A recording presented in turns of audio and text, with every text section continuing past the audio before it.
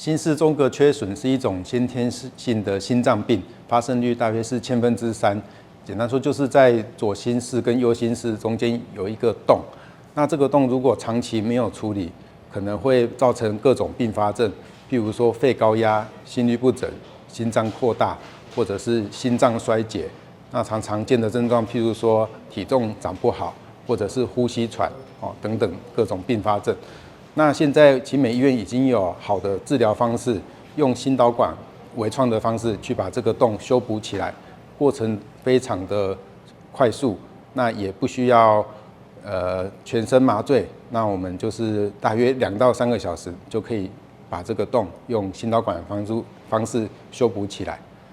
基本上我们会从脚的地方属膝部打2个针头，那就会有管路到这个心脏这个破洞的位置。那我们借由这个管路，将这个关闭器放到这个心室中隔缺损的位置，那就可以把这个洞塞起来。那置入的这个关闭器日后不需要再取出来，可以长期的放在这个病人的心脏里面。那长期追踪如果没有并发症，那就不需要再做任何的处理。心室中隔缺损是一种先天性心脏病，发生率大约是3%。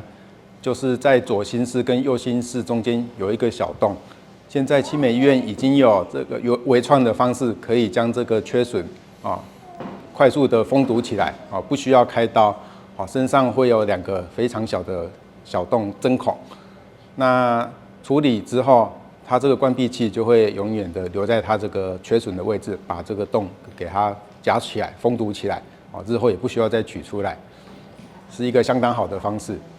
传统上都是需要这个开大刀将胸骨锯开，去把这个洞用手工的方式去把它补起来。现在微创的方式非常的方便，过程中只要2到3个小时。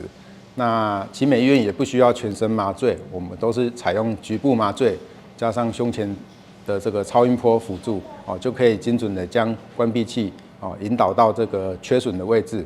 那它这个关闭器夹住这个缺损以后，日后也不需要再取出来。那将身上的相关的导线移除之后，身上也不会有任何的伤口，是一个非常好的一个技术。我们这个个案就是在出生的时候就已经有发现这个有心杂音，是在我们医院出生的一个小宝宝。那因为它的缺损还不算太小，是一个中等偏大的缺损。